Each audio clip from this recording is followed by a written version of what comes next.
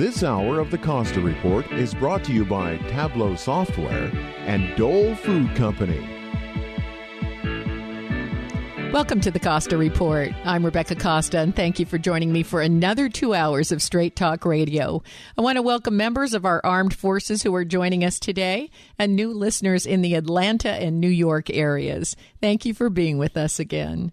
In just a moment, we're going to tackle a difficult subject which has divided our nation, the legal definition of what constitutes torture, and whether the CIA stepped over the line in using questionable interrogation techniques which have been brought to light in the 6,000-page Senate Intelligence Committee report.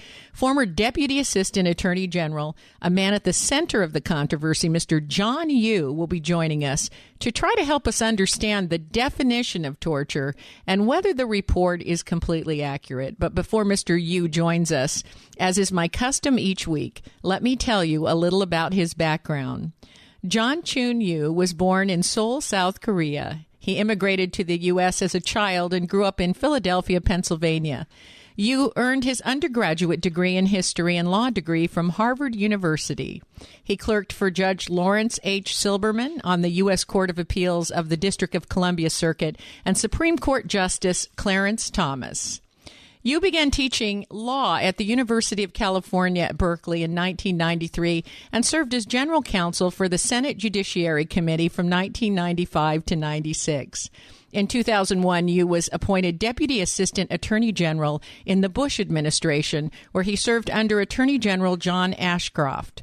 It was during this period that Yoo authored several legal opinions, which included the use of, quote, enhanced interrogation techniques during wartime, as well as the president's authority to conduct warrantless wiretapping.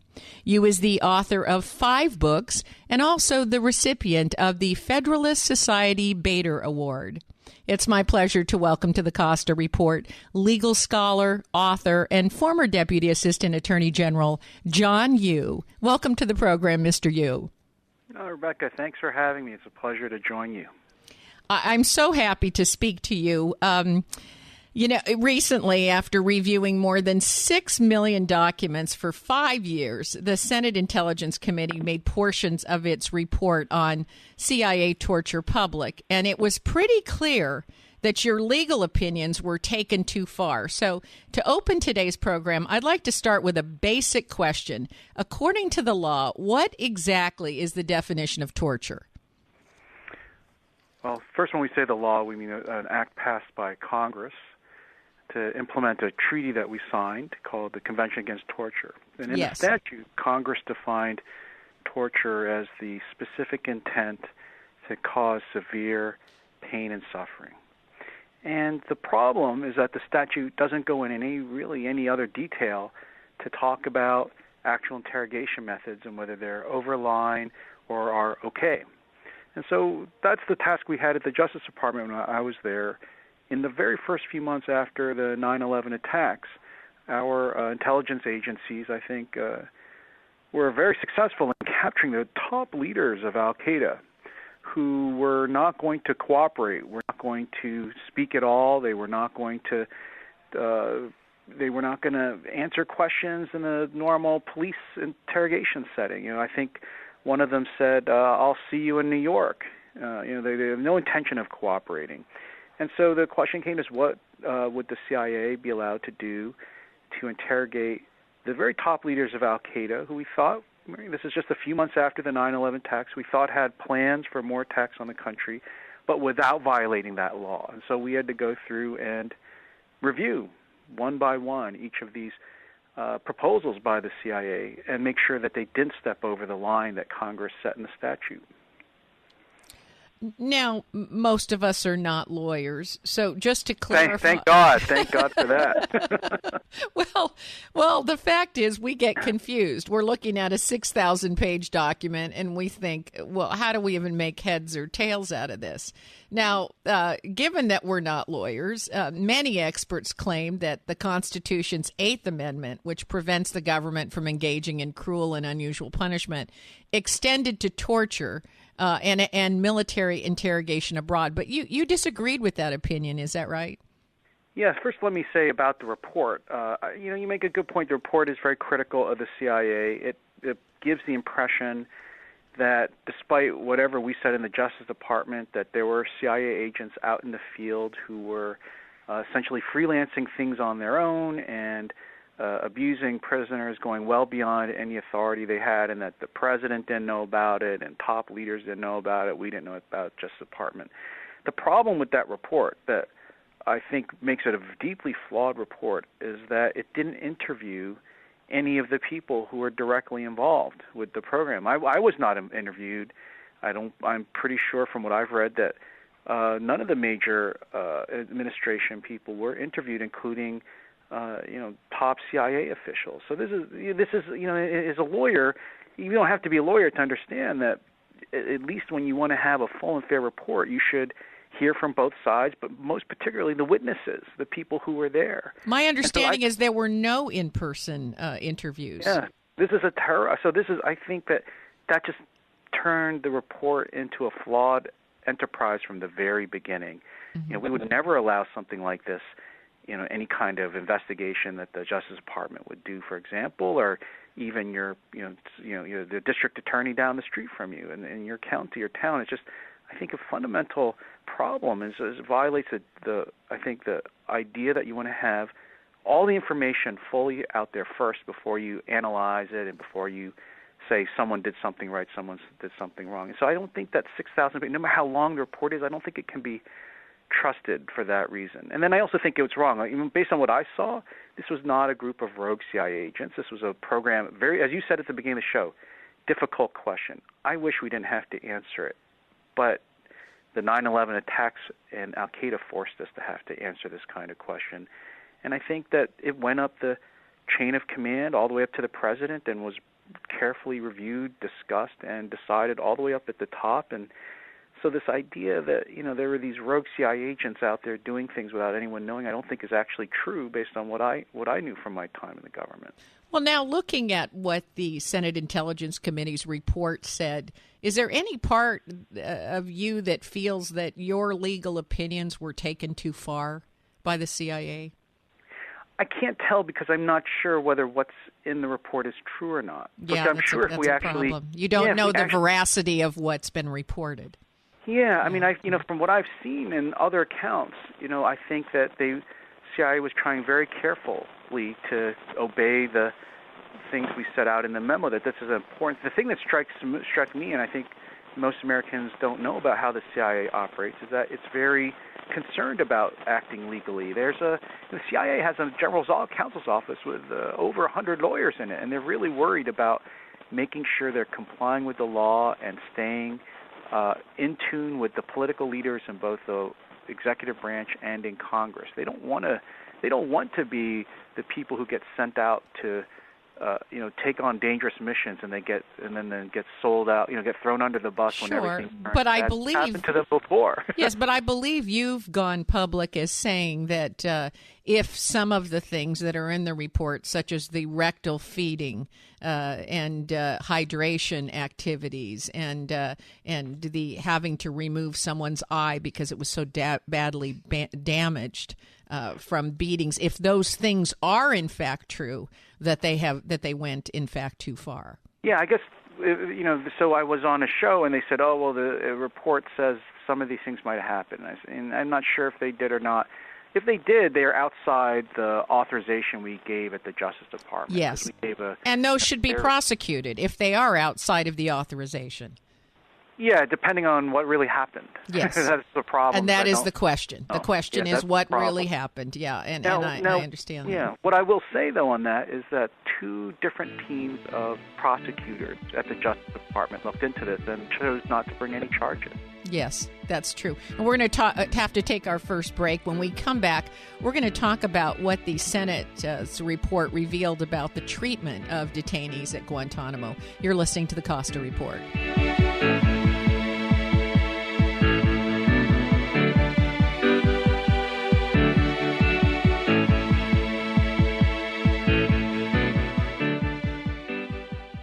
Do you love creating salads as much as you enjoy eating them? Hi, I'm Amy Tobin, cookbook author and culinary expert. Dole inspires fresh and wholesome dishes for any meal with their wide selection of salad blends and all-natural salad kits. From the mild and tender texture of sweet butter lettuce to the crunch of classic romaine sprinkled with colorful shredded carrots and red cabbage, Dole has over 30 salad blends to satisfy every palate. If you're looking for the ultimate in convenience, try Dole's unique salad kit combinations that include farm-fresh lettuces and vegetables, mouth-watering all-natural toppings, and specially made dressings. It's all you need to make a distinctively delicious salad. The possibilities are endless. Visit www.dolesalads.com for recipes and other ideas to feed your culinary imagination. Have you checked out the Costa Report blog yet? Well, what are you waiting for? There's no quicker way to find out what newsmakers are saying than the Costa Report blog at RebeccaCosta.com. It's where the former CEO of Apple and PepsiCo, John Scully, predicts where the next tech breakthroughs are going to come from. And also where Trent Lott explains why a GOP reversal of the Senate nuclear option will signal real change in our nation's capital. And the Costa Report blog is where you'll discover why Alan Dershowitz is worried that ISIS is adopting Hamas-like tactics. You'll find all this and more at the Costa Report blog. A new blog is posted every week, and they're short, pithy, and tell the unvarnished truth. Just go to RebeccaCosta.com to get the latest blog.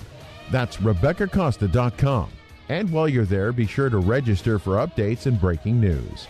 The Costa Report blog, bringing you the news the big networks don't and won't. Is your internet connection slow? Do you experience outages or dread calling customer support? How about your latency? Etheric Networks can help you. Etheric Networks is the Bay Area's locally owned alternative to DSL satellite and cable. Etheric provides fast, reliable, symmetric internet via our wholly owned network of towers covering the Bay Area from Salinas to Santa Cruz to Sausalito. We install a 2-foot dish on your building and point it to one of our towers to connect you directly to the major data centers of Silicon Valley. Etheric directly connects to Tier 1 companies like Google, Facebook, and Amazon to ensure high-quality service from your building to the world. KSCO Business Special. Business service up to 10 megabits per second symmetric for as little as $299 a month with a $399 installation fee. Etheric also offers high-end 100 megabit and even gigabit and 10 gigabit service starting at $599 a month with installation starting from $500. Etheric Networks. Call 650-399-4200. Etheric.net. That's ETHERIC.net. There's a man named Dr. Joel Wallach who is anything but your typical doctor, both a veterinarian and naturopathic physician. Doc asks, why does the United States spend more money on health care by far and still rank 50th in health and longevity worldwide? He believes that people should empower themselves with a basic understanding of nutrition, take charge of their health, and attain optimal health and longevity through nutrition, not by toxic prescription drugs that lead to side effects and more toxic prescription drugs. Doc Wallach's message is resonating with an increasing number of Americans who are waking up to all the big government, big pharma, and big insurance manipulation of our healthcare system. I'm George Norrie, and I like what Doc Wallach is saying and doing to enlighten people about health care. Visit kscohealth.com and listen to Doc Wallach's Deadly Recipes lecture. Makes a lot of sense, and I urge you to join our team. Go to kscohealth.com. That's kscohealth.com.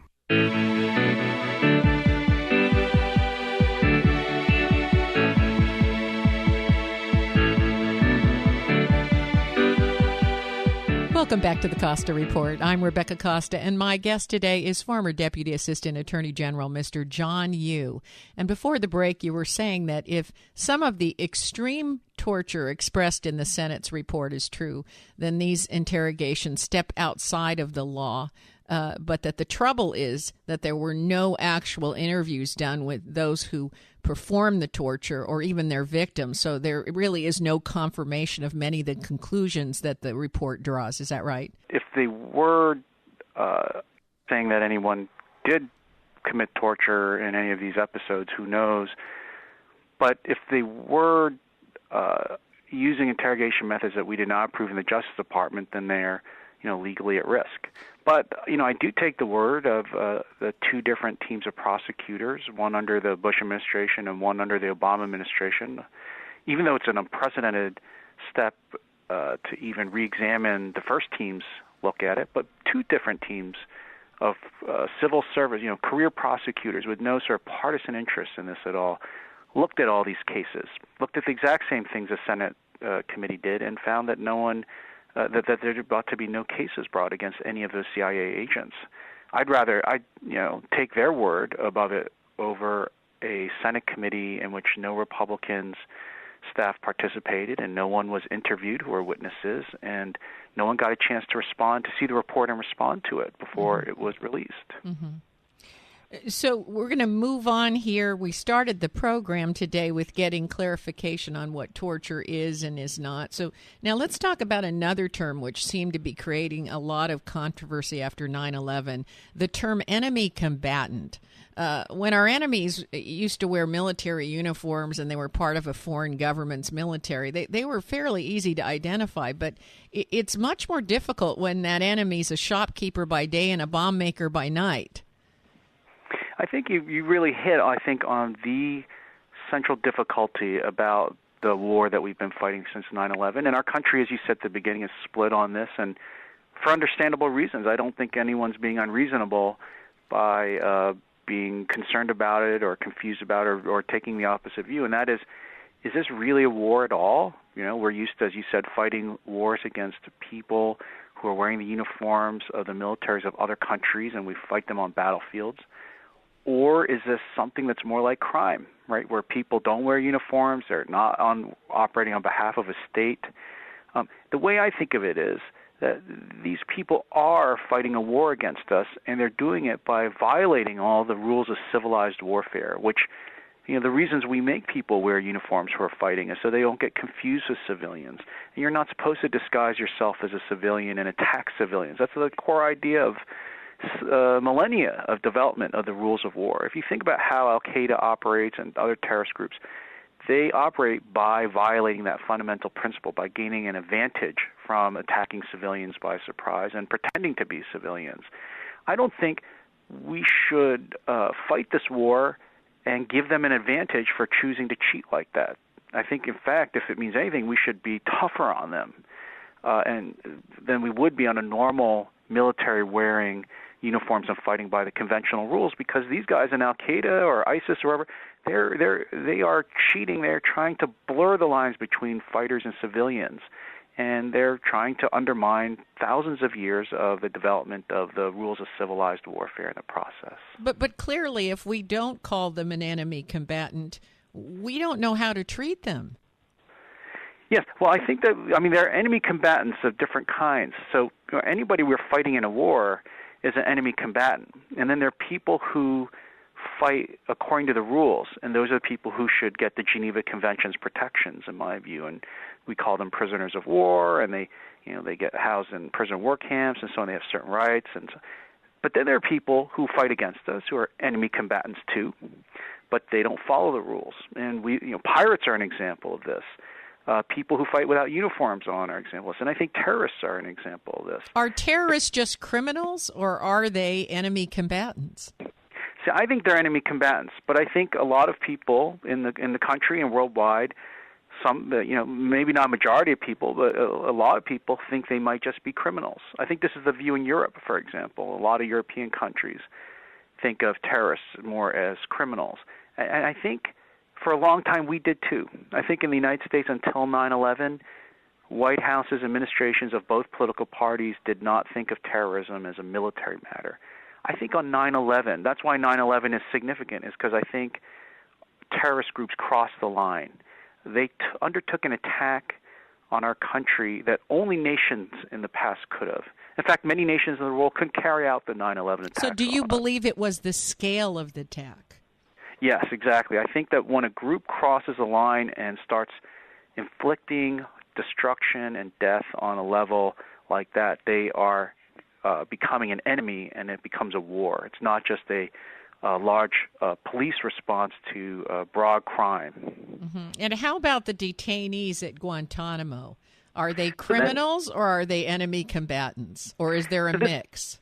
Yeah, exactly. So all these questions about our post 9/11 response really follow from that first question you posed to me about, is it war or is it crime? Mm-hmm. If it's war, then you are allowed to have camps where you hold prisoners, and they don't get trials, and they get held until the war is over, the fighting's up.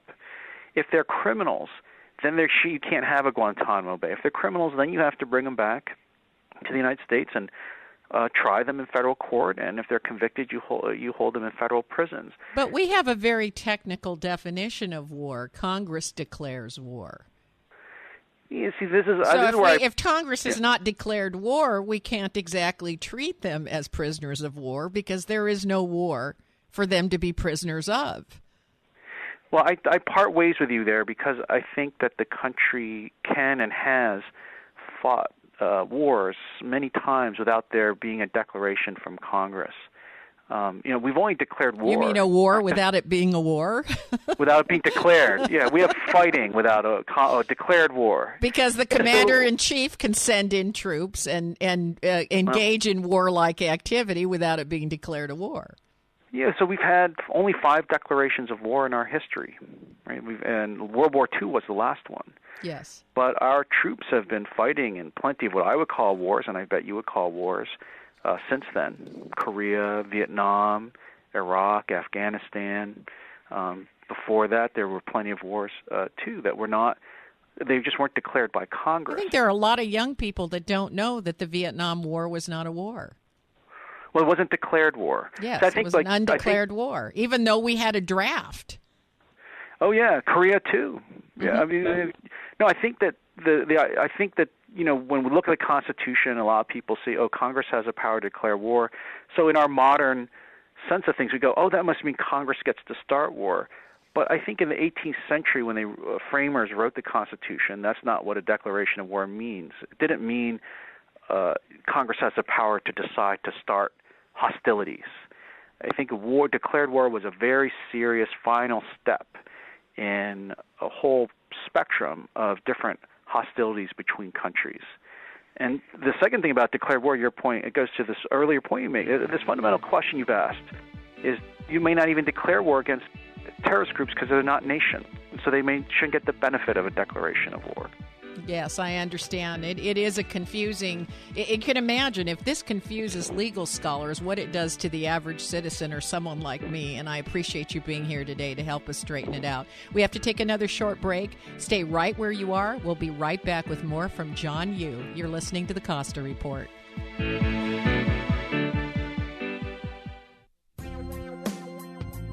If you listen to the news today, you might come away with the impression that our biggest challenges are political and economic. But if this were true, then countries which have different political and economic systems would be facing different problems. But they aren't. Every government and every nation is struggling with job creation, debt, immigration, climate change, terrorism, healthcare, energy, and wild swings in financial markets. So something else must be going on. That's why I'm inviting you to get a copy of The Watchman's Rattle, a book which shows how the Roman, Mayan, and Khmer empires once faced similar challenges and what we can do to avoid their fate. Visit RebeccaCosta.com today and get a copy of The Watchman's Rattle, because once you do, you'll never look at the world the same way.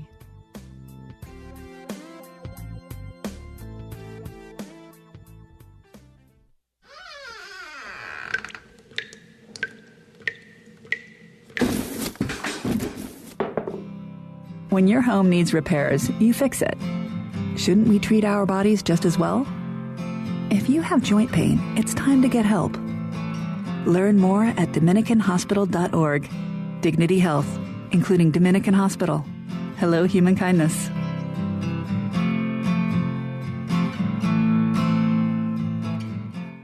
An intimate evening with Dr. Joel Wallach. He will be speaking at 2 locations March 4th and 5th. Want more than just the Dead Doctors Don't Lie show? Do you want to meet the man who took on the FDA in court multiple times and won? Dr. Wallach will speak more in depth on his research and success with the Longevity Company and how he's helping millions of people around the world reverse and prevent chronic illness and become financially healthy. Forget prescription drugs and get personalized info on what nutrients you may be lacking. Join us Wednesday, March 4th at the Elkhorn Yacht Club in Moss Landing or Thursday, March 5th at Deanne's in Santa Cruz. Registration for both events is at 5:30 p.m. and doc will start promptly at 6:30. We have time dedicated for questions with the doc and knowledgeable longevity reps. Reservations are highly recommended and both events are anticipated to reach full capacity. Please RSVP at drjwallach.eventbrite.com or call Health Coach Tara 831-566-1654. That's 831-566-1654. This is a free event. Hi, folks. Warren Knox here of Knox Roofing. Are you aware of the 10 most wanted? Miss Sally Sunshine. She'll bake your underlayments to a crisp. Mr. Douglas Fir, known to crash into your roof without any consultation or hesitation. Mr. Forest Fire. If you don't have a fire-resistant roof, he'll toast you when he comes through your town. Mr. Joe Blow Roofer. Consider him armed and dangerous. He'll take your money and leave you with a disaster waiting to happen. Mr. Raging Rain will get into your nooks and crannies and soak you. Miss Windy Storm. She'll give your roof a royal lift when you least expect it. Mrs. Frida Frigid, her cold temperatures will crack your old shingles. Mr. Hal Handyman, he'll break more tiles and scuff up more shingles than cleaning your gutters are worth. Mr. Raunchy Rodent, he'll chew a hole into your home and he'll make it his own. And last is Mr. Old Man Time. This man will visit every roof sooner or later, and when he does, your time will be up. Okay, call Knox Roofing to keep the 10 most wanted out of your home. 461-0634. Thanks, folks. Michael Olson's second law of the food chain. The farther we go from the source of our food, the less control we have over what's in our food. Now that so much of our food comes from thousands of miles away, we should all get together Saturday at 9 a.m. as the Food Chain Radio Show tracks down who is putting what in our food. If you have a comment about the second law of the food chain, tell me. Michael Olson, all about it at metrofarm.com. Now, see you all on KSCO Saturday 9 a.m. for some What's Eating What Radio on the food chain. What day was that?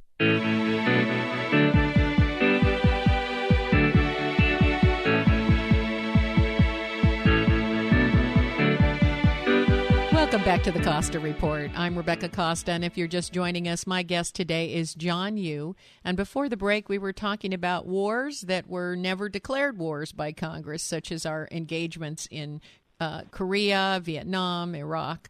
Now, Mr. Yoo, you've been vocal about the power of the executive branch and the president's authority to order troops into war without seeking congressional support. And you make the point that Congress's power comes from control of the purse to fund war activities. So if they're not in agreement and lockstep with the president, they simply don't fund military operations. Can you speak to that for a moment?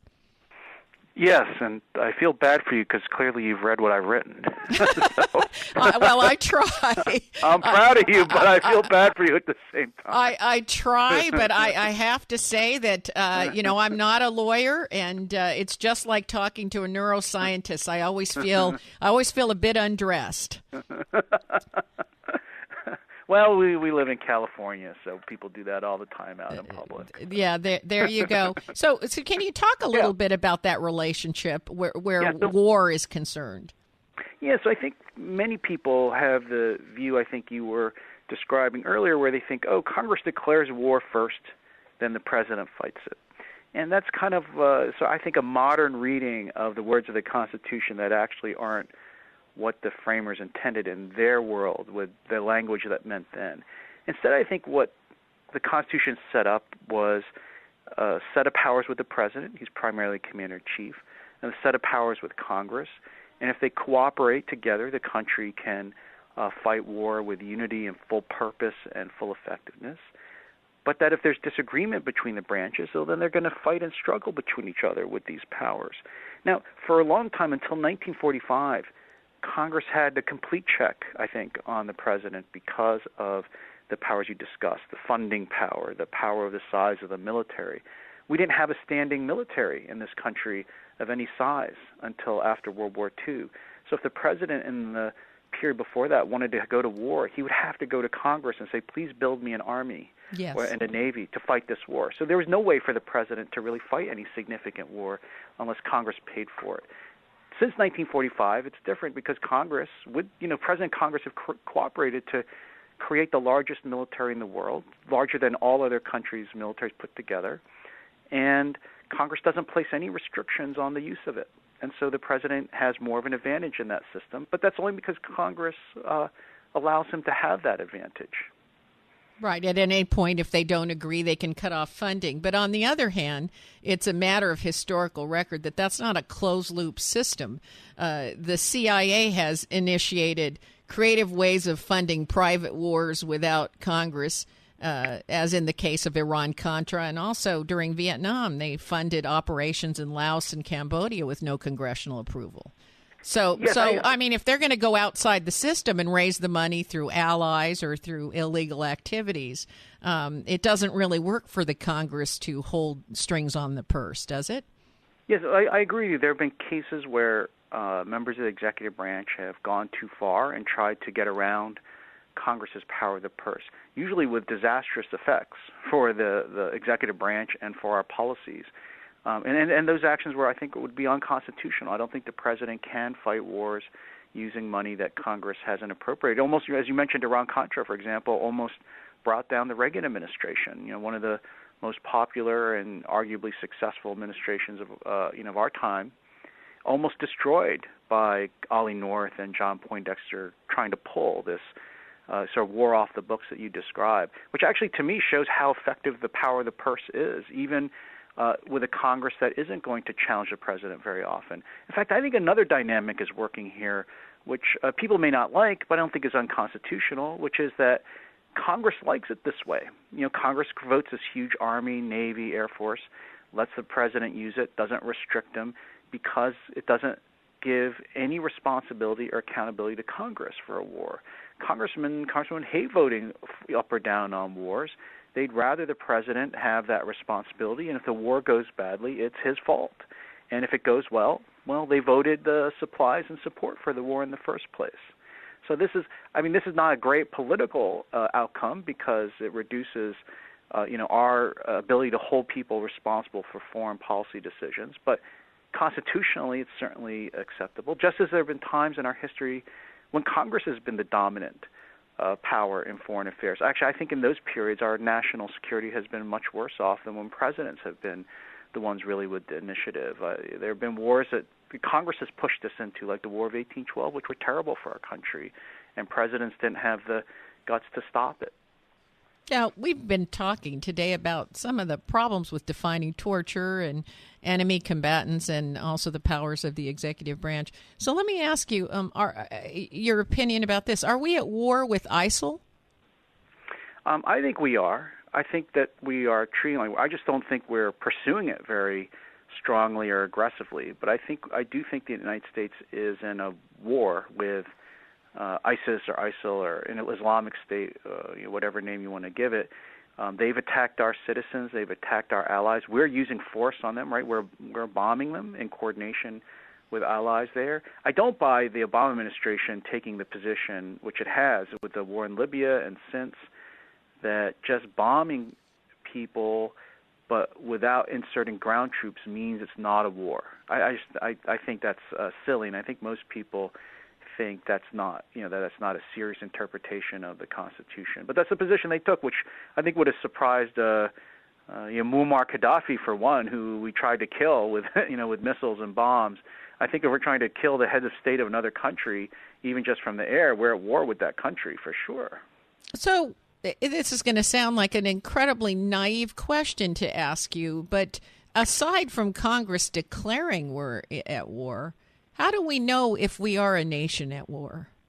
Hey, this is not a naive question. This is a hard question. And this is the question has become more difficult, as you were pointing out earlier, because of 9/11. It's harder to tell what war is when our enemies are not the same as they used to be. They're not nations. They can also be groups, but groups that have the power of countries, and they're fighting us in unconventional ways that look more like crime but are much more destructive. And so I can understand as you've said, a lot of people in our country, even today, 14 years after the 9/11 attacks, are confused about what we're facing. But I think that's because of the enemy and the way they choose to fight. And so again, I'd return to the last thing we'd want to do is, because we have this enemy that won't fight fair, that's violating all the civilized rules. I mean, you've got these people in the Middle East, ISIS, are beheading Christians and burning captured prisoners alive and doing those incredible barbaric things. Because they act that way doesn't mean, we should say, they're not really like Nazi Germany, they're not a nation, so we're not going to consider ourselves at war. Mm-hmm. In fact, I think because they are so terrible, they're like pirates of the old days. They're like mercenary bands who are fighting on behalf of no country. They're the worst of the worst. We actually should pursue them the hardest, not only say we're going to limit ourselves to fighting them with the FBI and the judicial system. The FBI and the judicial system aren't able to handle something like these kinds of terrorist groups. That's unfortunately another thing we learned on 9/11. But one thing we did learn post 9/11 is also when the nation feels it's under threat by terrorist organizations, which are not necessarily part of a government military of a foreign nation, we've learned that the powers of the executive branch become greater. Because there are certain powers allowed by the president when the nation is under threat. And so it is important to some extent to define whether we're at war, whether we are seriously at threat or not, because that opens the door for the president to take certain liberties. Now, unfortunately, we're going to have to, I do want to address that, but we're going to have to take our final break. So before I get your answer on that, I think we'll go to break here. And then when we come back, you can answer whether we are in threat and have been under threat since 9/11, and whether these things like warrantless wiretaps and some of the other interrogation techniques, whether those are going to persist for long periods of time because we are under threat and we are in fact in a war. We have to take our final break. We'll be right back with our guest John Yoo. You're listening to the Costa Report.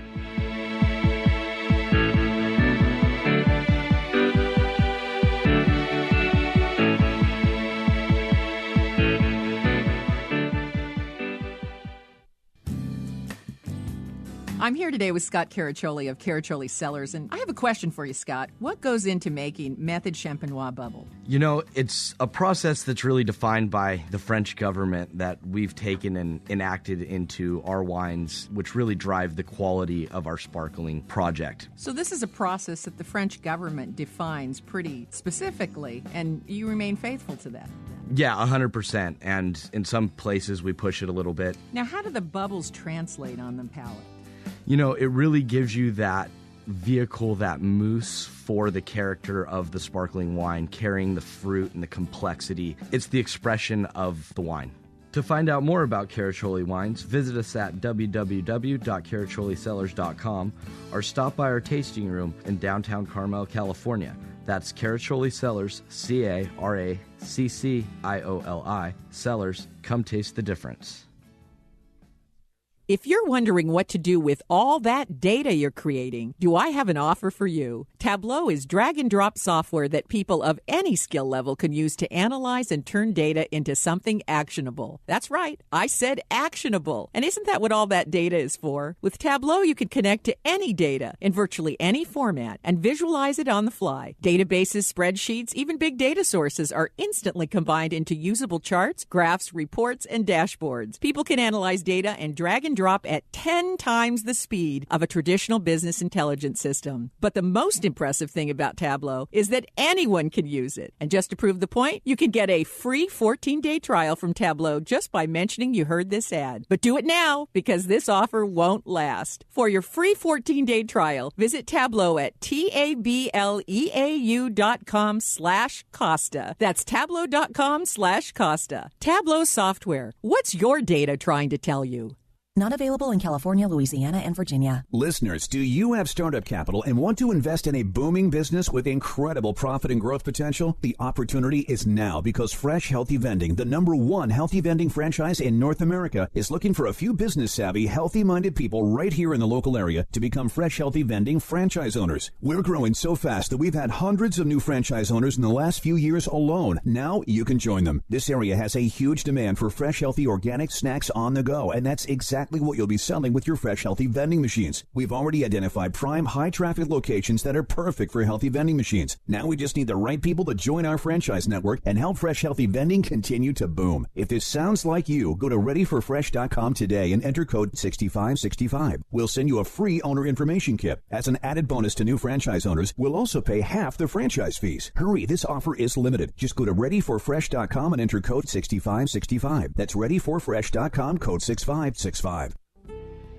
The original Stagnaro family has been in business since 1879. The Stagnaro name stands for quality, quantity, and great service. The family's Gilda's restaurant on the Santa Cruz Municipal Wharf is still the fishing headquarters of the Santa Cruz area. It's where fishermen gather each morning for coffee and breakfast before heading out on the bay.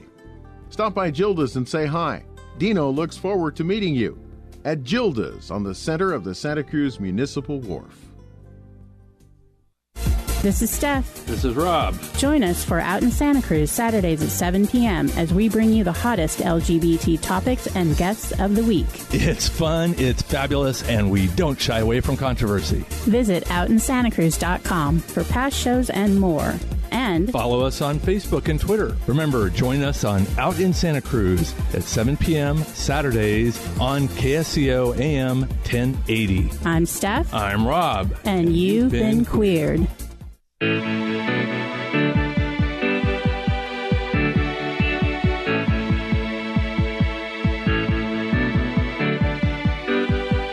Welcome back to the Costa Report. I'm Rebecca Costa, and my guest today is John Yoo. And I wanted to ask you whether the powers of the executive branch grew after 9/11 and whether those powers are going to continue because the threat is continuing. For example, warrantless wiretaps. Have we opened the door to circumventing warrants? I mean, why does anyone need a warrant anymore if they can claim it's a matter of national security? Well, I agree with your worry. I mean, that's one of the reasons I think you're right to say, well, we got to be very careful and precise about defining when we're war or not, because when we're war, we want the government to have broader powers, not just in surveillance, but also just in the use of force. If you're not at war, you can't use drones to shoot suspects, abroad with missiles, and you can't listen in on wiretaps without a warrant, as you say. So you're quite right that when you switch to war from peacetime, you are expanding the powers of the executive, certainly, but you're also expanding the powers of the government as a whole. And I agree with you. I don't think we want to live in a world where we're constantly at war all the time.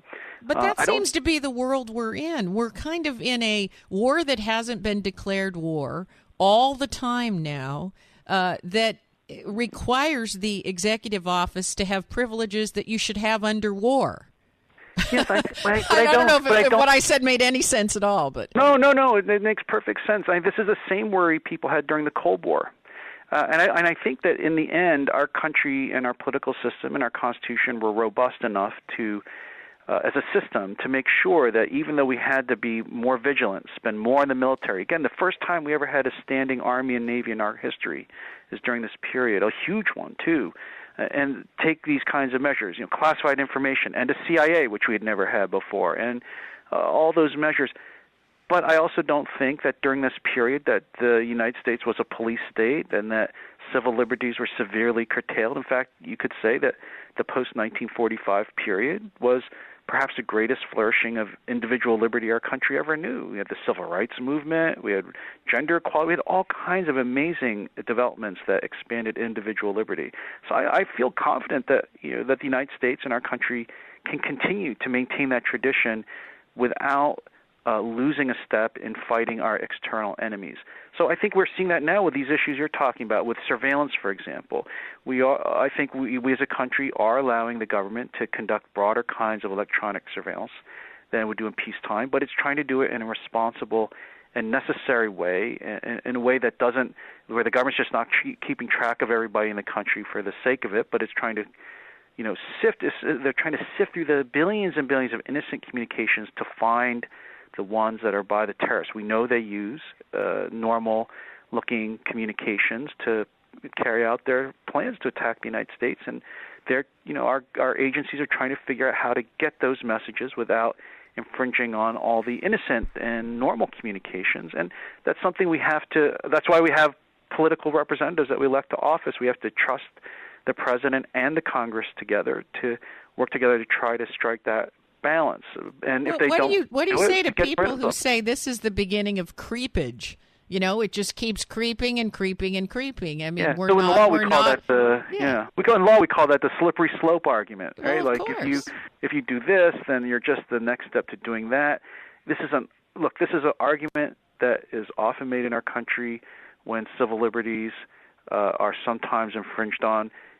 But I would say in our history, none of those predictions have ever come true, and I don't think that they'll come true now. I don't see anything in our history as a country to suggest that our political leaders are really interested in trying to, run down the road all the way to a kind of police state or national security state. It has never happened, even when we've been under, threats as bad or perhaps worse like this, like the Soviet Union in the Cold War period. So I actually think our people in government are trying to be very responsible in balancing the need to get this information with individual liberty and privacy. And I was one of those two people. I don't want to live in a world where people just read my emails, listen to my phone calls for the fun of it, and keep files on all of us to follow us around. But I do think that our government also can't be handicapped from carrying out its mission of protecting us from attack by people trying to infiltrate the country and disguise themselves as civilians and then carry out attacks like 9/11. I think so far the country has done it, the government's done it, and I think a majority of Americans have consistently, when this has been put to the test in elections, have been satisfied with the balance. And the courts have too. The courts have not thrown any of this out so far. In fact, they've, in many respects, have accepted and blessed what the other branches are doing. They absolutely have, and you're right about that. And I get lots of emails about this when I say, well, they're welcome to check all my emails and phone calls because they're not very interesting. Yeah, it's just going to be a lot of people from Nigeria offering to lend you millions of dollars. That's exactly right. So, give me the form. I'll fill it out and say, have at it. Go ahead, listen up all you want. I think you ought to provide the people that have to listen to my messages lots of caffeine and no dose. Lastly, I just wanted to ask if you had to do it over again, would you include a stern warning with your legal opinion that there was danger in overstepping? I realize that was not your position as Deputy Attorney General, but there's that old saying, you give people an inch, they'll take a mile. It almost feels as though in some instances that occurred here. I think that's maybe some people might have that impression, but I think if you look at the facts compared to what the United States has done in past wars, I think people here were trying to be restrained and responsible. First, to answer your question, your exact question, as a lawyer, I think it's our job to give the people have to make the harder decisions, what the best reading of what the law allows and doesn't allow. Yes, and you're right. And that's a technical issue. That's a technical and then we can issue. Say, and we can say, look, be careful. Here are political costs and minuses or policy costs and minuses, but that should not influence how we interpret the law. That's why we elect people like George Bush or Barack Obama to office. They're to get paid the big bucks to make the really hard decision, which is, even if I can do this legally, is it a good idea? Is it a good policy? Right? Should I use drones to shoot people who are terrorists, even Americans? The law may allow you to do that, but that doesn't necessarily mean it's a good idea. And that's the harder question. I think sometimes in our country, people want the law to answer all the questions for them, and that's not what we do. The law, it's like it sets out the playing field, right? It tells you what's inbounds and out of bounds, but you still have to call the plays. And I think that's, the law doesn't answer all the questions. The hardest questions, like the ones you're posing, are the ones that our political leaders that we elect have to decide. Well, that's where the law and policy differ. And sometimes we do. You're right about this. We do get confused. We want the law to set policy, but someone has to eventually make that decision. Now, we are almost out of time, but before we let you go, do you have a website where listeners can go to get information on your books and keep up with your activities? God, I wish I did. That means I need to get a 12-year-old kid who could probably put all together in about 30 minutes. You're right here near Silicon Valley, and you don't have a website. Now, where I have a website at Berkeley at the law school and one at the American Enterprise Institute, and those both collect a lot of the things I write and do. So, but I wish I did. They can go to the University of California Berkeley website, and if you type in John Yoo, you'll go to his website and you'll be able to get information on his books. Unfortunately, we are out of time for today, but before we say goodbye, I want to thank you for helping us set the record straight and for taking time to be with us today. Thank you, Mr. Yoo. Oh, thank you. It's been a great pleasure. Anytime. If your station is leaving us after the first hour and you have a question or a comment to make about our interview with John Yoo, you can email me at RebeccaCosta.com or drop me a note on Facebook, Twitter, LinkedIn. And if you joined our broadcast late or you missed the interview with Yoo, remember you can always download episodes of the Costa Report from our website, Apple iTunes, Podbean, and our new YouTube channel. And be sure to check out our new radio blog, which is posted every week on our website.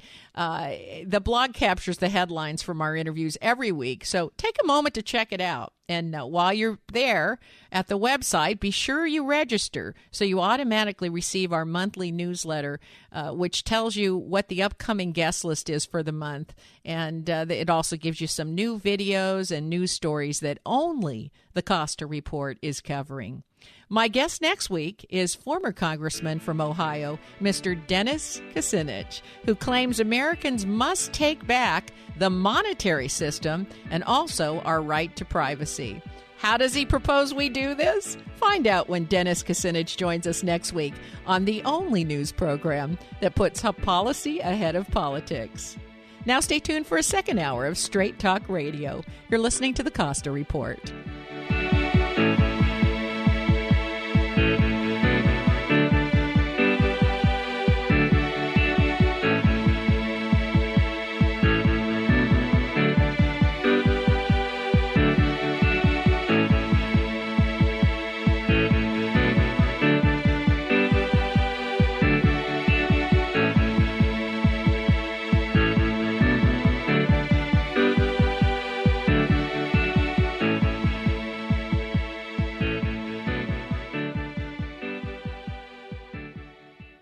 Big data is changing the way organizations work. From data-driven marketing and ad targeting to the connected car, big data is fueling product innovation and new revenue opportunities.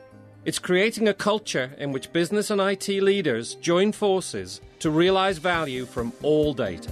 They infuse analytics everywhere and make speed a differentiator, gaining competitive advantage from faster, more informed decisions.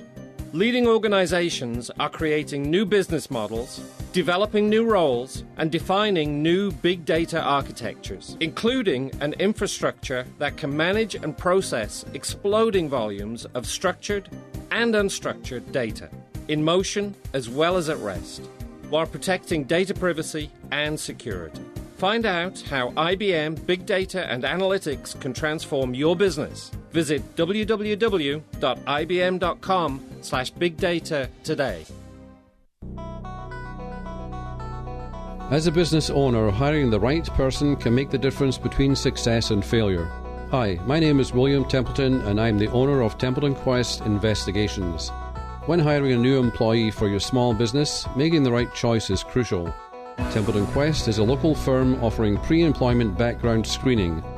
Have confidence in knowing you've made the right decision. Templeton Quest will provide you with the facts you need to hire right the first time. See how affordable pre-screening is. Contact us for more information at 831-454-8853 or visit us at TempletonQuest.com. Templeton Quest is a full-service private investigation firm licensed by the state of California. We also offer a range of other general investigative services. California License 27096. Contact us at 831-454-8853 or TempletonQuest.com. Serving Northern California for over 65 years. This is KSCO Santa Cruz.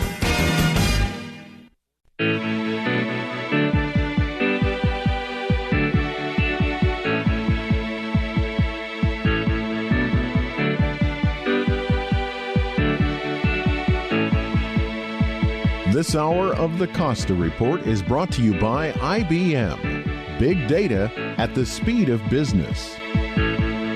Welcome back to the second hour of the Costa Report. I'm Rebecca Costa, and during the first hour, we spoke with former Deputy Assistant Attorney General in the Bush administration, John Yoo.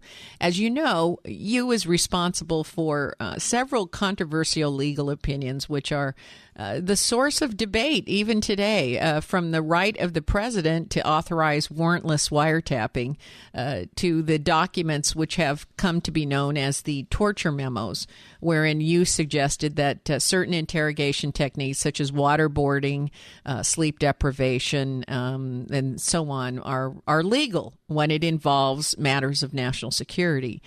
As you heard during the first hour, you also was of the opinion that the Constitution does not apply to detainees or actions of military personnel on foreign soil, which basically means that what happens in Guantanamo stays in Guantanamo, or so it would have seemed were it not for the Senate Intelligence Committee's report on CIA torture, which studied the agency's detention and interrogation program.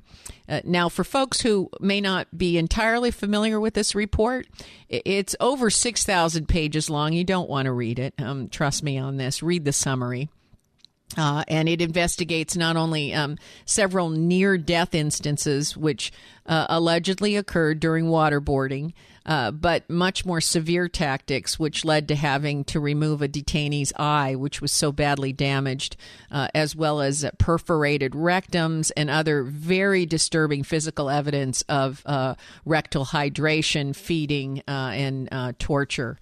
As you heard Mr. Yoo say, there is a great weakness in this report, and I don't think anyone would debate this.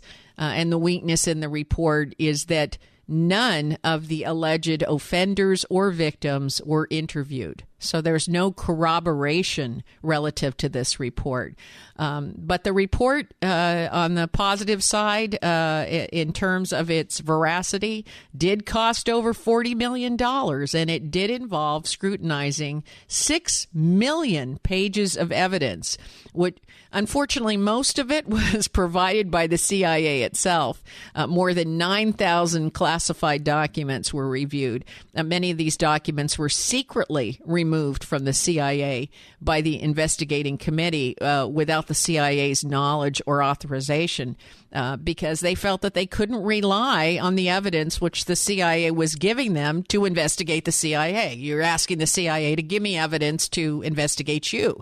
So Dianne Feinstein and others did this because the CIA had ordered and destroyed important evidence, such as actual videotaped interrogations. And destroyed a lot of documents, and there is our emails to confirm all of that. So for a while, the Senate committee was getting access to and stealing CIA documents before they could be destroyed, and the CIA, in turn, was actually hacking into the investigating senators' computers to see how they were getting the evidence and what the evidence was and what the report was going to say. And I'll tell you, the whole thing started to look and sound a lot like a John le Carre novel. Feinstein was taking portions of the committee's report and hiding it in a safe in the Hart office building to keep the CIA from getting or destroying it. And a lot of members of our own government were under CIA surveillance. So, like I said, it really started to read like some fictional novel. Now, I point all of this out for one reason, and that's so that we have some idea just how difficult it was to get to the bottom of whether torture was being sanctioned as an interrogation tactic by the CIA and whether the information which had been extracted during the use of these techniques really led to anything valuable. In other words, did the ends justify the means? And I know a lot of listeners today know where I'm going with this. Does the ends ever justify the means? I mean, aren't we in trouble if every single time we are going to be doing something questionable, we find ourselves using this argument? I mean, it almost seems like a clue to me. The minute you're trying to justify what you've done, you're already kind of in a weak position. You're already on a slippery slope you don't want to be on. And I believe this is where used legal opinions may have been, I don't want to say incorrect. They weren't incorrect. They were naive, because they opened the door, a door the size of a barn, for the CIA, Oval Office, military agents to use the ends justifies the means argument. From a technical standpoint, used legal opinions were right. That's not for me to say. It's probably not for me to say, as I'm not a legal scholar, so I'm not really qualified to weigh in. But based on everything I could read from the technical point of the law, it seemed like he was right on. But what I can say is that the threat of terrorism, the danger to national security, is an argument that can be legally used to skirt around just about every checks and balances and law designed to protect our liberty, and also to protect the liberty of those we suspect of criminal action, but have not been charged or convicted. So while experts argue about whether the information extracted from physical torture helped locate bin Laden or thwart other attacks, frankly, I don't think this debate is worth having, because whether it did or it didn't isn't really the issue. The issue is whether any information we would gain can ever, under any circumstances, justify torture. And on this point, I feel the country is squarely divided into those that will say yes and those that will firmly answer no. On that note, we're going to take a short break. When we come back, Bill Graff and Sam Quentin will be joining me for our weekly roundtable. You're listening to the Costa Report.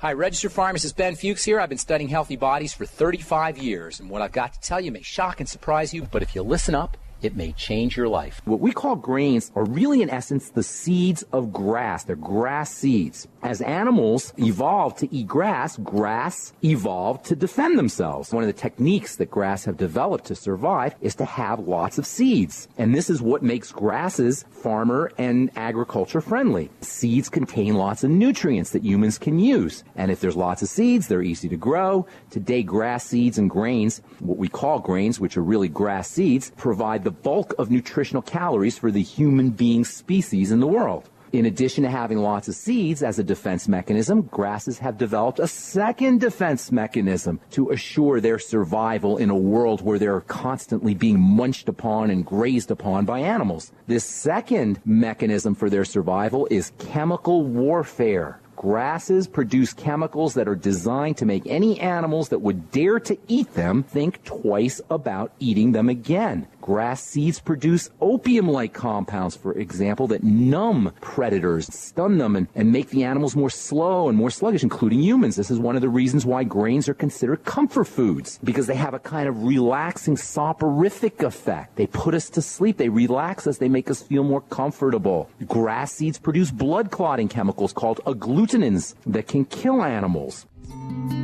Hi, this is Rebecca Costa, host of the Costa Report.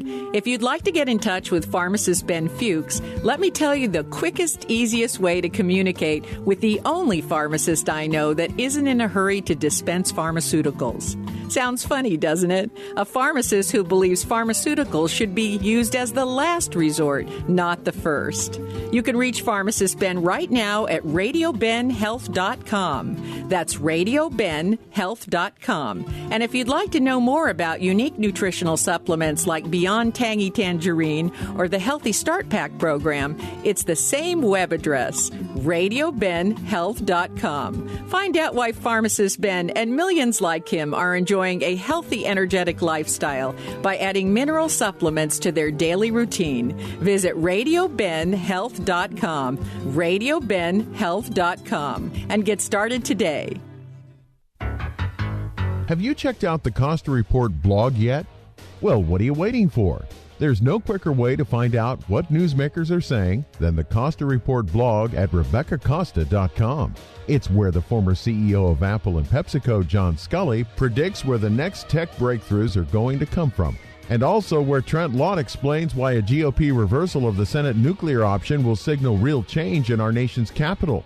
And the Costa Report blog is where you'll discover why Alan Dershowitz is worried that ISIS is adopting Hamas-like tactics. You'll find all this and more at the Costa Report blog. A new blog is posted every week, and they're short, pithy, and tell the unvarnished truth. Just go to RebeccaCosta.com to get the latest blog. That's RebeccaCosta.com. And while you're there, be sure to register for updates and breaking news.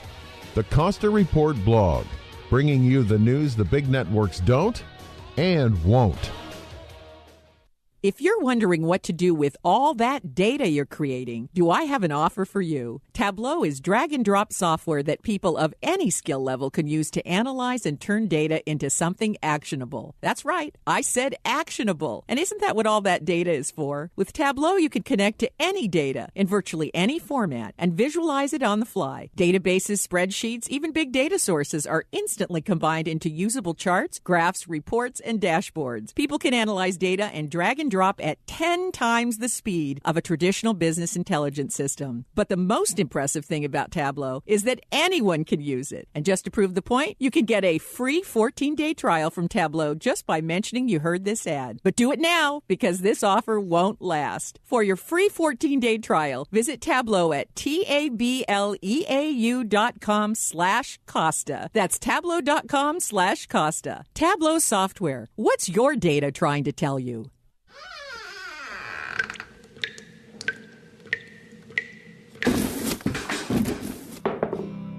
When your home needs repairs, you fix it. Shouldn't we treat our bodies just as well? If you have joint pain, it's time to get help. Learn more at DominicanHospital.org. Dignity Health, including Dominican Hospital. Hello, human kindness.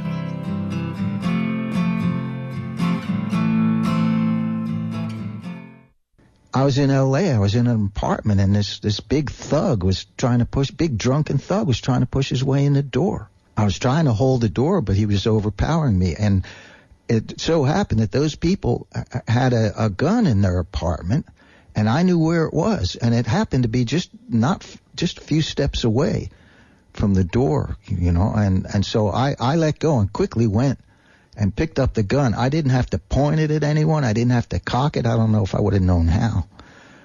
The second that guy saw the gun, I didn't even have to raise it up. The second he saw that gun, he was gone. So I told this woman about that. She said, "You were lucky." I said, "No, I was armed." I wasn't lucky. I was armed.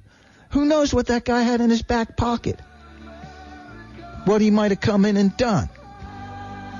Don't be so namby-pamby, wishy-washy.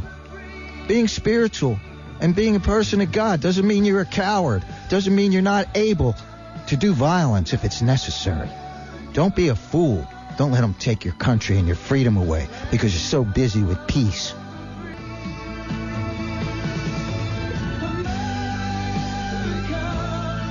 Remember America every Sunday, 10 till noon on KSCO 1080. KSCO, the sound of freedom.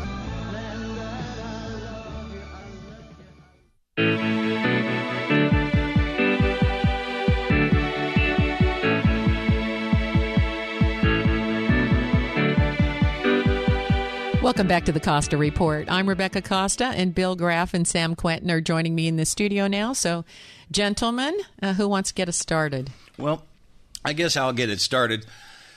Say my piece, and then you can all have your way with me after that.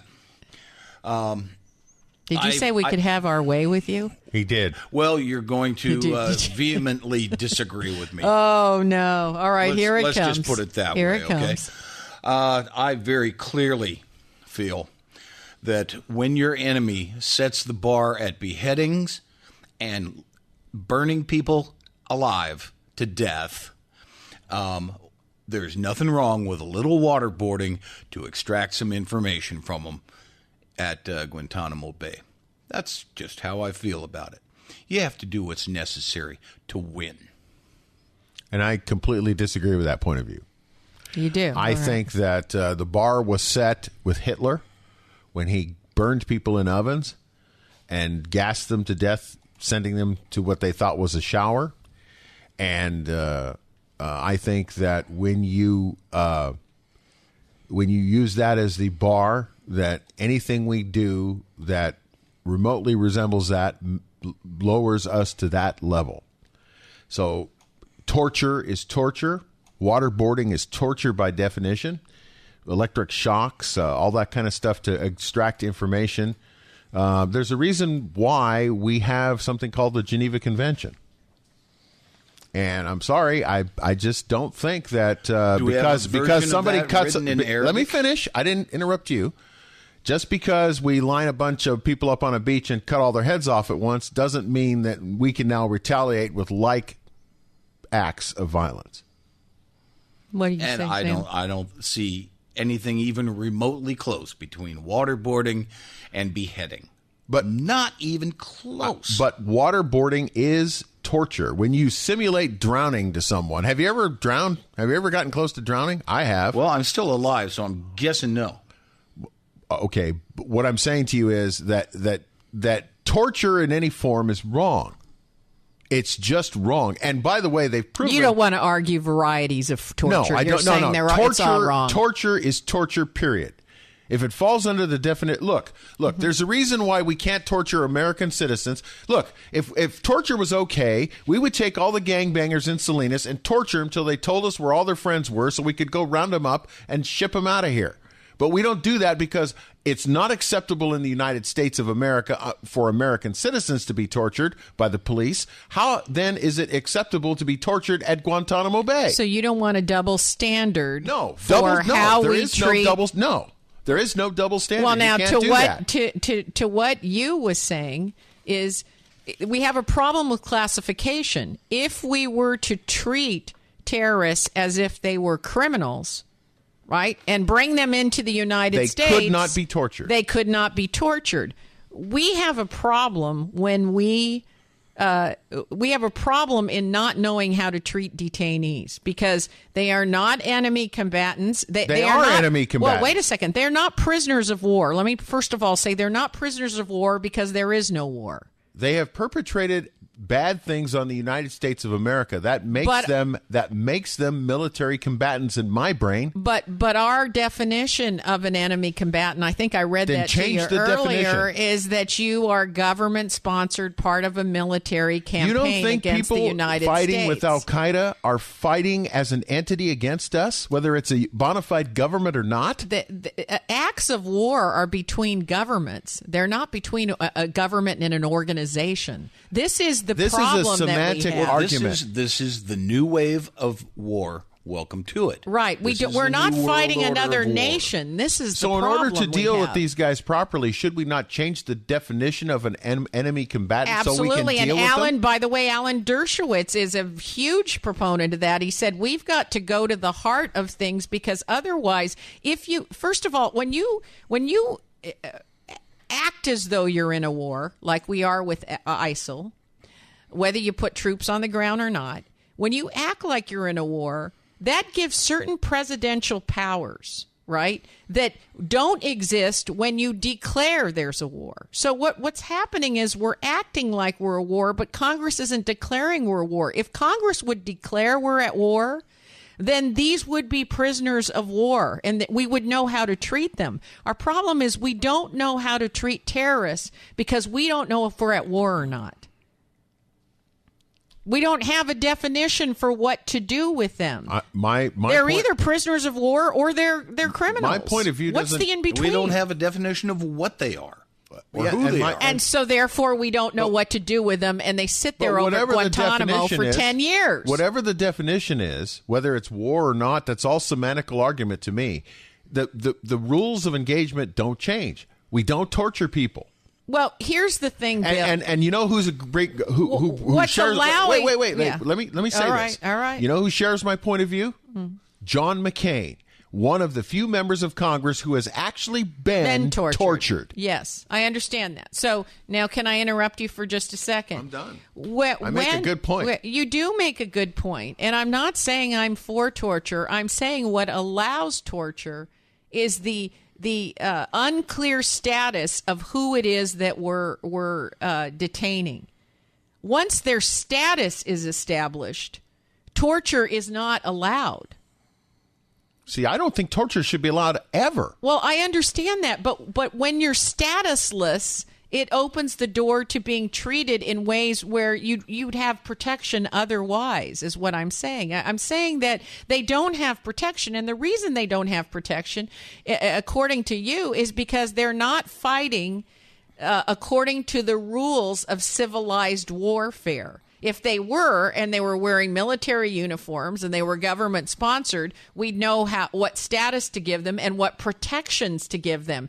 We don't know what protections to give the people in Guantanamo. And my stance would be entirely different if that were the case. That's correct. But he's agreeing with you, Sam. Is basically saying if they're not going to fight according to the rules of civilized warfare, they don't get the protections of civilized warfare. Isn't that what you're saying, Sam? Well, yeah, pretty much. They don't deserve the protection. Pretty much. See, my point of view you don't get the protection of Geneva Convention if you're not fighting if you're not according to the laws of the Geneva Convention. I think they should be prosecuted under the same rules of the Geneva Convention, and they should be protected under the same rules as the Geneva Convention, even regardless of how they're fighting. If they're shooting at American citizens or shooting at friends of American citizens, then they're enemy combatants. I don't care what the semantical thing is. They're bad guys. Right. But what my point is once you classify them, once you declare this an actual war and you declare them as prisoners of war, we know what protections are offered prisoners of war under the Geneva Convention. If they're not prisoners of war, they are not protected by the Geneva Convention. Okay. There were a couple of those guys held at Guantanamo who were American citizens. What happened to their rights? Well, come on. I mean, that's a good question. Yeah, there you go. There's a good question. They brought civil lawsuits against the government. But they stood they're still in those cells just like the other guys were for they were unprosecuted, uncharged, on everything. I understand that, and that is a stain in our history. That's for sure. Now we have to pause to hear from our sponsors, but stay right where you are. Luis Alvarez, the CEO of Alvarez Technology Group, is up next. You're listening to the Costa Report.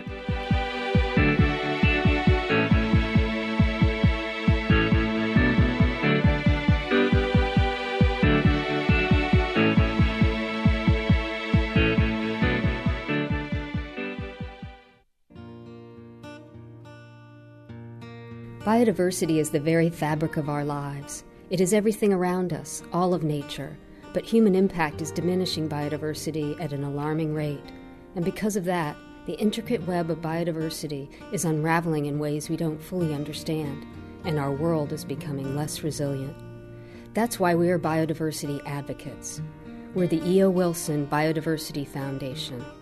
Guided by the greatest living naturalist, E.O. Wilson, we champion research and education that expands our understanding of biodiversity and informs worldwide conservation efforts. The E.O. Wilson Biodiversity Foundation is building a movement of environmental stewards like you who share our sense of responsibility for the living world that is our home. Join us in our quest to protect biodiversity, the fabric of our lives. Visit eowilsonfoundation.org.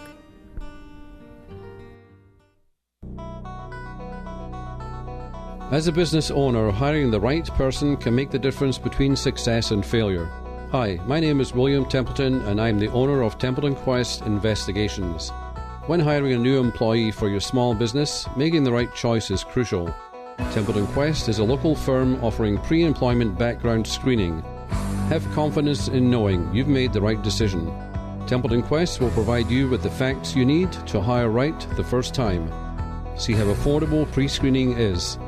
Contact us for more information at 831-454-8853 or visit us at TempletonQuest.com. Templeton Quest is a full-service private investigation firm licensed by the state of California. We also offer a range of other general investigative services. California License 27096. Contact us at 831-454-8853 or TempletonQuest.com.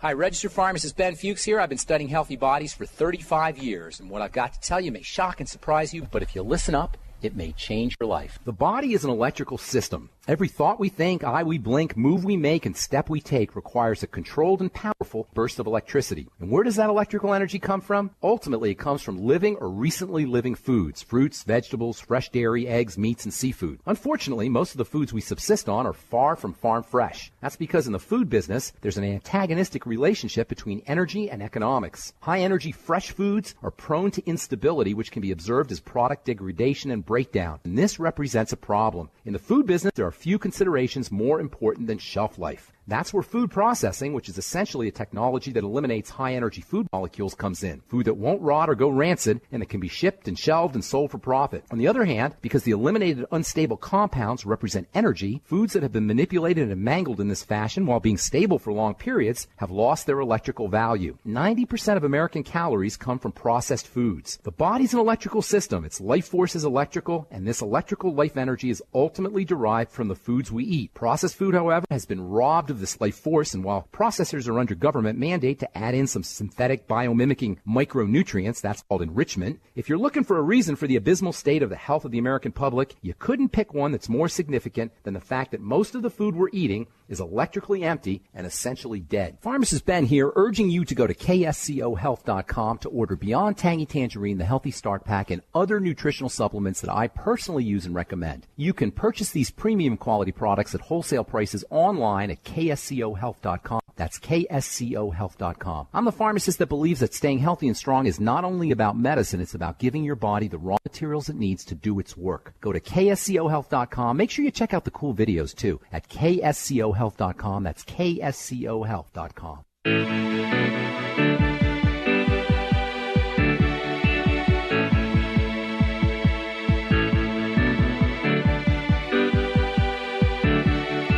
Welcome back to the Costa Report. I'm Rebecca Costa, and Luis Alvarez, the CEO of Alvarez Technology Group, is back with us again. Thank you for joining the program, Luis. I'm happy to be here, Rebecca. How are you? I'm good. Boy, your phone sounds a little bit fuzzy today. Oh, I'm sorry to hear that. There you go. Yes. Little bit better. Darn it. Why doesn't it work when it needs to?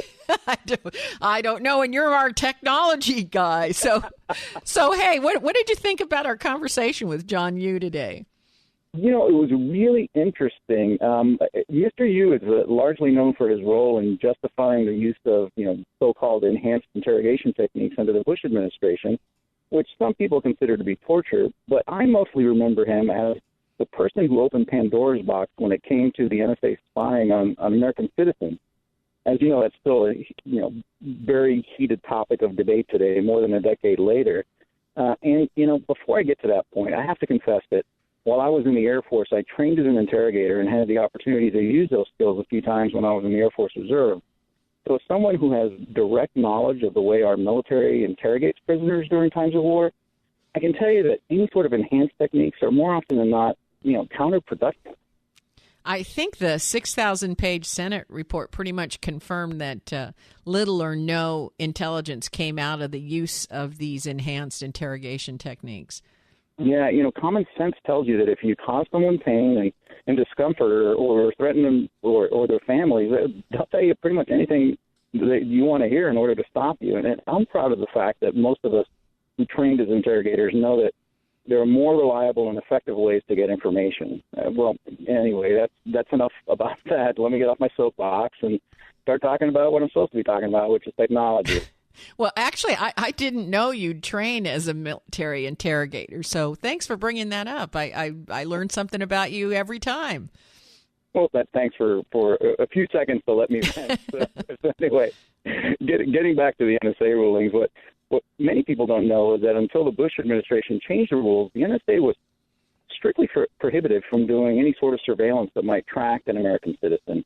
and not only on U.S. soil, but overseas as well. The NSA was very careful to restrict its activities so as to not inadvertently listen in on any U.S. citizen. You know, I do remember a time when you needed a warrant to have access to pretty much anything for a U.S. citizen. Yeah, the good old days. I remember those well. Well, you know, you and I both know that all that changed after 9/11. Mm-hmm. The Bush administration saw the war on terror and al-Qaeda as a threat to the country, which justified the use of the NSA's surveillance capabilities on American soil and American citizens. And despite all the revelations that began with Eric Snowden's massive data dump of classified intelligence information, the NSA genie has yet to be put back into the bottle, which was really front and center recently when the President Obama, convened a summit in Silicon Valley to address the issues of cybersecurity. He invited the leaders of a lot of the top tech companies to attend, but many of them, including the heads of Google and Yahoo, declined to participate, which some people saw as a sign of protest against the government's continued surveillance of Americans. You know, it was really surprising that these very public companies, the heads of these public companies, just refused to meet with the president. That was a real signal. It is, and the truth is, by cooperating and turning over data in the past, many of these U.S. companies have been significantly hurt. Trust in American technology businesses has decreased since the documents that Snowden released suggested that the NSA was directly tapping into the servers of 9 U.S. companies to obtain customer data for national security investigations under a program called PRISM. And, you know, given the heightened concern overseas about the NSA's ability to access data stored by U.S. companies, those companies that offer cloud computing and web hosting services are experiencing an acute economic fallout. And some of the declines in business are over 50%. And just last week, we learned from a security company called Kaspersky Lab that the NSA is suspected of being behind the most ambitious cyber hacking effort ever uncovered, going back almost 14 years. And the level of sophistication and the depth of penetration of U.S. hardware and software vendors with this malicious code designed to spy on users, leaves little doubt that the government was behind the effort. So the government is behind a cyber hacking effort in order to gain information on American citizens? That's what Kaspersky Lab revealed. Their analysis showed that for over 14 years, secret code had been embedded into all sorts of technology, which would allow somebody to track the data and send information back to hidden websites on the web. And given how sophisticated the code was, their conclusion is that it could only have happened if you had somebody like the NSA behind that effort. So did the private companies not know this code existed? Yes, they were as blindsided as the public was, at least theoretically. No one's come out and admitted that they knew what was going on. But the reality is that, if you know how to do this sort of stuff, you can even hide it from companies. Wow. I have real issues with using national security, the threat to national security, as a way to circumvent the need for warrants. So, this just scares me when I hear that the government was embedding code in private, companies in order to be able to hack their databases and information for almost 14 years. I mean, it's shocking. It is, and even to this day, there are government agencies in the U.S. and Europe that insist that tech companies have to balance privacy concerns with national security interests by providing some sort of backdoor access to all of their systems. And let's face it, tech companies don't want to be put in that position. They don't want to balance privacy against national security. But, like I said earlier, that genie that John Yoo and the Bush administration unleashed is not going to go into the battle or back into the bottle anytime soon. Not without a fight, anyway. I agree with you. I don't know how you put it back in the bottle. Again, once you start to use the threat of national security as an excuse to, and maybe excuse isn't the right word, as a reason for circumventing the need for warrants to obtain this information, it's not just a slippery slope, it's a ski slope.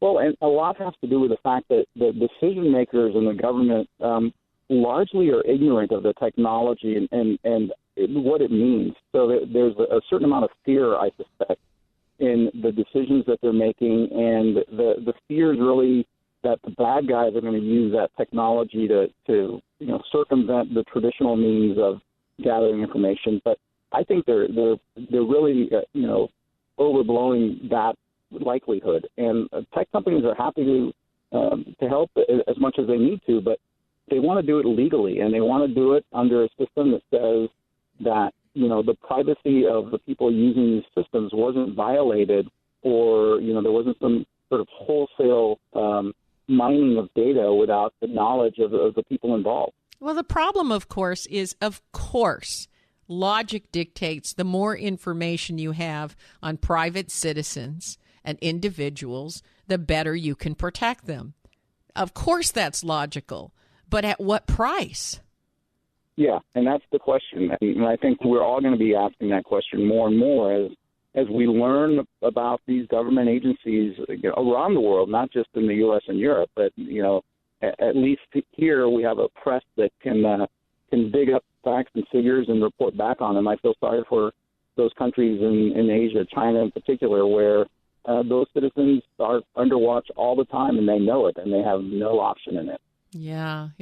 Well, that's all the time we have today, but thank you, Louis, for expanding on the impact that Yu's legal opinions have had on warrantless wiretapping and how that's affected collecting information over the Internet and individual privacy, and giving us a peek of what may lie ahead, which isn't looking too good, but certainly appreciate you being here today. Well, it was a pleasure, Rebecca. This is Louis Alvarez from the Alvarez Technology Group, reminding you that when it comes to technology, forewarned is on. We're going to take another short break. When we return, Mitchell Winnick, the Dean of the Monterey College of Law, will be joining us. You're listening to the Costa Report.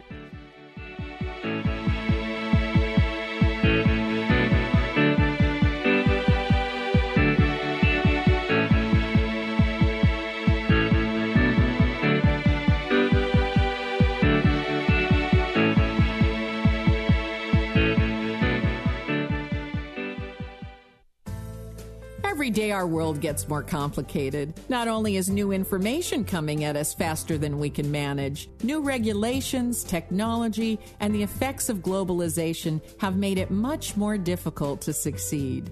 That's why I wrote The Watchman's Rattle, a book that, for the first time, explains how complexity makes it hard to separate facts from fiction, and eventually causes us to make important decisions based on unproven beliefs. And not just us, our leaders also fall prey to this phenomena. But here's the good news. Once you know the symptoms to watch for, you can safeguard against them. So please, go to RebeccaCosta.com, that's RebeccaCosta.com, and order your copy of The Watchman's Rattle. It only takes a few minutes and the shipping is free. That's RebeccaCosta.com. Do it now. You'll be glad you did. No matter what business you're in, what happens in Washington can make the difference between business success or failure. That's why understanding where government is headed is so important in today's competitive business environment. But where can you find experts who know firsthand the inner workings of our nation's capital? The American Program Bureau is your leading source for speakers whose experience offer unique insights into where U.S. policy is headed. Speakers like Seth Harris, former acting U.S. Secretary of Labor, Alyssa Mastromonaco, former White House Deputy Chief of Staff, and General Carl Eikenberry, former U.S. Ambassador to Afghanistan. For your next meeting or conference, contact the American Program Bureau at apbspeakers.com or 617-614-1600. That's apbspeakers.com. The American Program Bureau, making history, one speech at a time. Hi, folks. Warren Knox here of Knox Roofing. Are you aware of the 10 most wanted? Miss Sally Sunshine. She'll bake your underlayments to a crisp. Mr. Douglas Fir, known to crash into your roof without any consultation or hesitation. Mr. Forest Fire. If you don't have a fire-resistant roof, he'll toast you when he comes through your town. Mr. Joe Blow Roofer. Consider him armed and dangerous. He'll take your money and leave you with a disaster waiting to happen. Mr. Raging Rain will get into your nooks and crannies and soak you. Miss Windy Storm. She'll give your roof roof a royal lift when you least expect it. Mrs. Frida Frigid, her cold temperatures will crack your old shingles. Mr. Hal Handyman, he'll break more tiles and scuff up more shingles than cleaning your gutters are worth. Mr. Raunchy Rodent, he'll chew a hole into your home and he'll make it his own. And last is Mr. Old Man Time. This man will visit every roof sooner or later, and when he does, your time will be up. Okay, call Knox Roofing to keep the 10 most wanted out of your home. 461-0634. Thanks, folks. Do you have a plan for your money? Does your money come and go like the tides? Do you just leave your finances to fate? Cash is always flowing, money is always moving, and if you don't manage it, it will move away from you. So many people actually spend more time planning their next trip to the dentist than they do something even more important like their retirement. You know what they say, if you don't know where you're going, any road will get you there. Don't leave your financial future to fate. Take charge. Listen to Money Moves every Thursday at 7 p.m. here on KSCO AM 1080. Money Moves is dedicated to providing you tips and tools so you can manage your own money effectively. No one cares about your money more than you do, therefore, you need the skills to manage your money. Listen to Money Moves every Thursday at 7 p.m. here on KSCO AM 1080.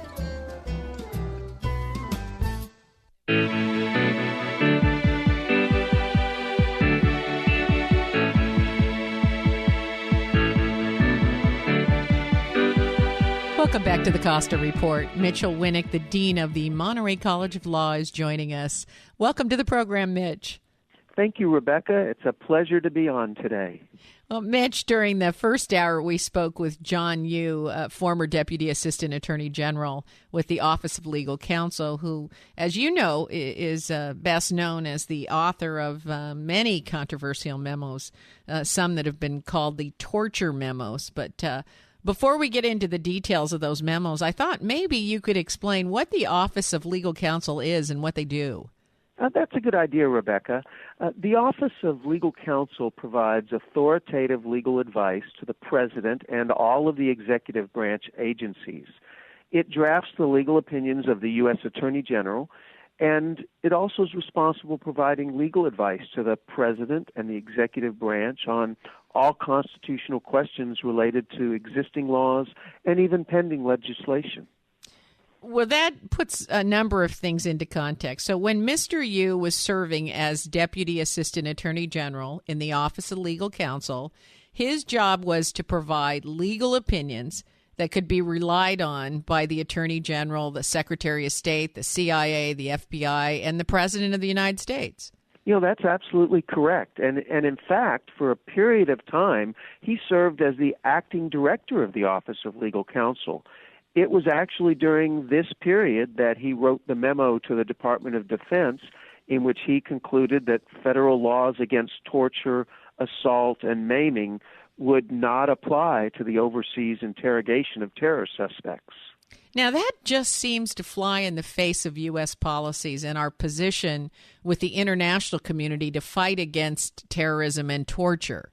Well, you know, I certainly agree with that, and that's why Mr. Yoo's controversial and I must say subsequently discredited legal opinions regarding the definition and use of torture became the centerpiece of controversy surrounding the CIA's treatment of prisoners in U.S. custody in both Abu Ghraib and Guantanamo Bay. You know, in fact, the leaders of the Senate Intelligence and Armed Services Committees concluded that the Department of Defense used Mr. Yoo's memo to actually justify the harsh interrogation practices on terror suspects at Guantanamo Bay and the Abu Ghraib torture and prisoner abuse. Mitch, I know that it's common to joke about the term legal ethics being an oxymoron, but I know there were some allegations that Mr. Yoo violated the rules of attorney professional conduct, claiming that he manipulated his legal opinion to justify torture. Can you help us understand what professional standards would be applied to a government attorney like Mr. Yoo as opposed to a civilian attorney? Because I thought they had immunity for these kinds of accusations. Well, in fact, they do have a limited immunity as to possible criminal prosecution. But in this case, the Department of Justice's Office of Professional Responsibility completed a review, and they concluded in a comprehensive 2009 report that Mr. Yu committed what they said was intentional professional misconduct when he knowingly failed to provide a thorough, objective, and candid interpretation of the law. It actually recommended a referral to the Pennsylvania bar for disciplinary action that could have included being disbarred. Now, that sounds very serious. What happened there? Well, in this case, ultimately, the Department of Justice concluded that the report findings did not meet the specific technical standards required to prove violation of the rules of professional responsibility, the rules that were set by the Office of Legal Counsel and then also the District of Columbia Bar Association and the Pennsylvania Bar Association. So was he vindicated, or did he get off on a technicality? Well, I wouldn't say that he was vindicated. In fact, to better understand the details of this complicated case, I actually went back and did a little homework. I read the 60-page report that reviewed the findings of professional misconduct.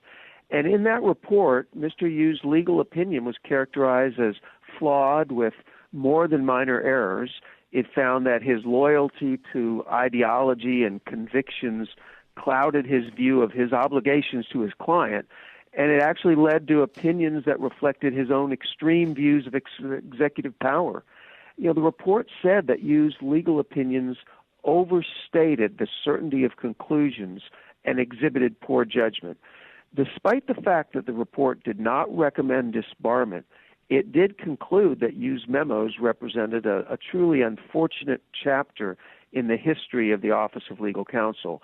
I wouldn't exactly say that was a professional endorsement. Yeah, but I think we have to make it clear that in the end, it did not recommend disbarment.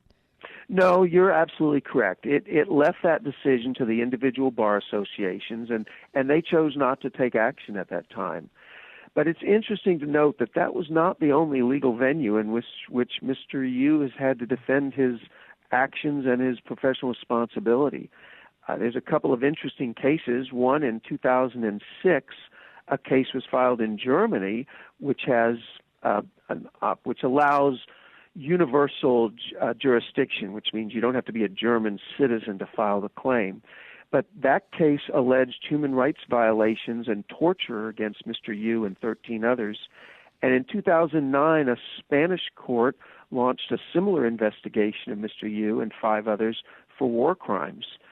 Even as recently as 2013, the Russian Federation banned Mr. Yu and several others from entering the country because of alleged human rights violations and for what they claimed was the legalization of torture and the unlimited detention policy. You may recall, and we talked about this past December when the Senate Intelligence Committee report on the CIA torture was released, Dean Chemerinsky from the University of California, Irvine, called for Mr. Yu to be prosecuted for his role in authoring the torture memos. So I guess there's still a legal cloud hanging over Mr. Yu, but I wonder if it was so much his legal opinions or it was what resulted from those legal opinions. What's your view? Well, that's a good question, and many of these reports looked at that. The real question is, did he anticipate the ultimate results from the opinions that he wrote? So I think it's fairly cloudy. It's both the opinion and the allegations that it was clear what was going to be done with these opinions and ultimately was done. Mm-hmm. So I think it's really part of both. Mm-hmm.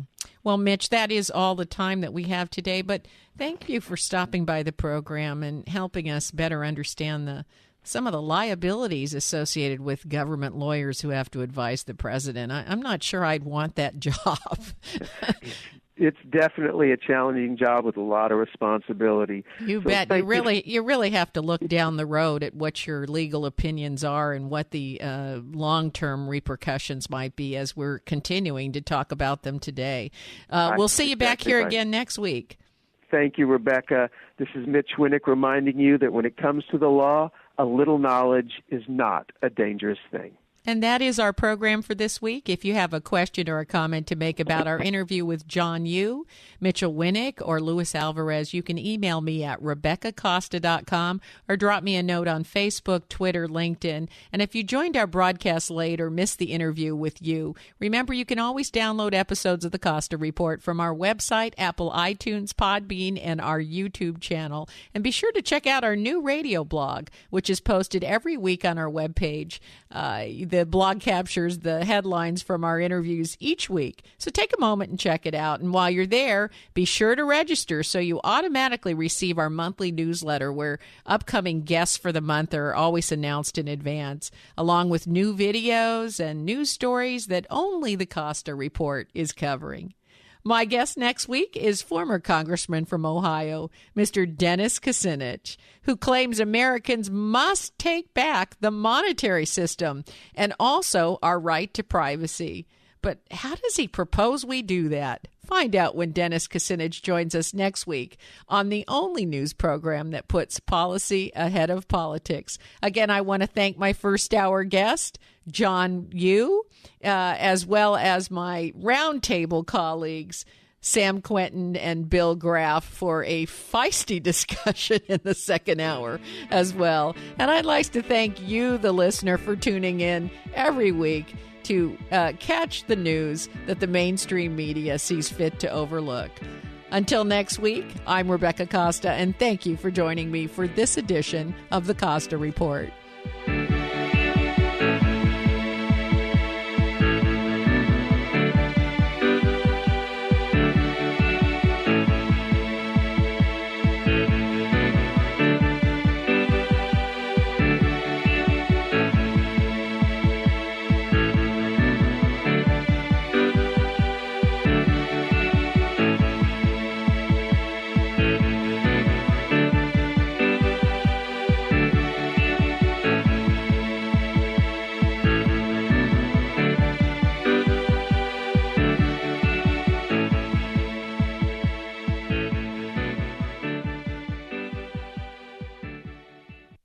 I'm Amy Tobin, cookbook author and culinary expert. Strawberries, blueberries, blackberries, and raspberries.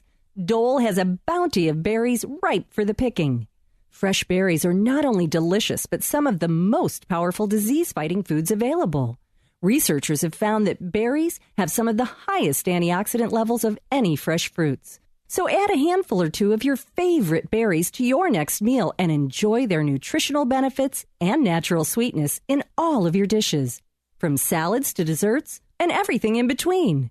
For fresh tips and ideas from Dole's berry experts, visit berries.dole.com. And be sure to check out the pages of mouth-watering recipes. Whether it's a sweet and savory blueberry cranberry chicken salad or a simple strawberry sorbet, Dole has the perfect berry to inspire your next berrylicious dish. They say you'll never get a second chance to make a good first impression. Hello, I'm Lisa Sabini from Floors Etc. in SoCal. Floors Etc. will help you make a good first impression at your home or business with our incredible selection of carpet, vinyl, hardwood, linoleum, and window coverings. Listen. Hi, I'm Jack Crawford with Music Now DJs. My job is to provide music and entertainment for weddings, corporate, and special events. I'm a professional, so when it comes to my floors, I've been calling on the professionals at Floors Etc. for over 15 years. They're reliable, they're efficient, and their prices are always reasonable. Floors Etc. will help you make a good first impression at your home or business with our incredible selection of carpet, vinyl, hardwood, linoleum, and window coverings. Stop by Floors Etc.'s beautiful showroom and get to know us. When you need to make a good first impression, start at Floors Etc., 3155 Porter Street, SoCal, 462-5586. Serving Northern California for over 65 years. This is KSCO Santa Cruz.